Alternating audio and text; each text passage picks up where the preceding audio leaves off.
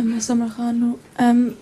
حضرت سمر باجی. ہاں جی حضور، میرا سوال ہے کہ حضرت موسیٰ علیہ السلام کے معجزات یعنی ان کے ہاتھ کا سفید ہو جانا، کیا وہ کشف کی مثالیں ہیں؟ ٹھیک ہے بات آپ کی.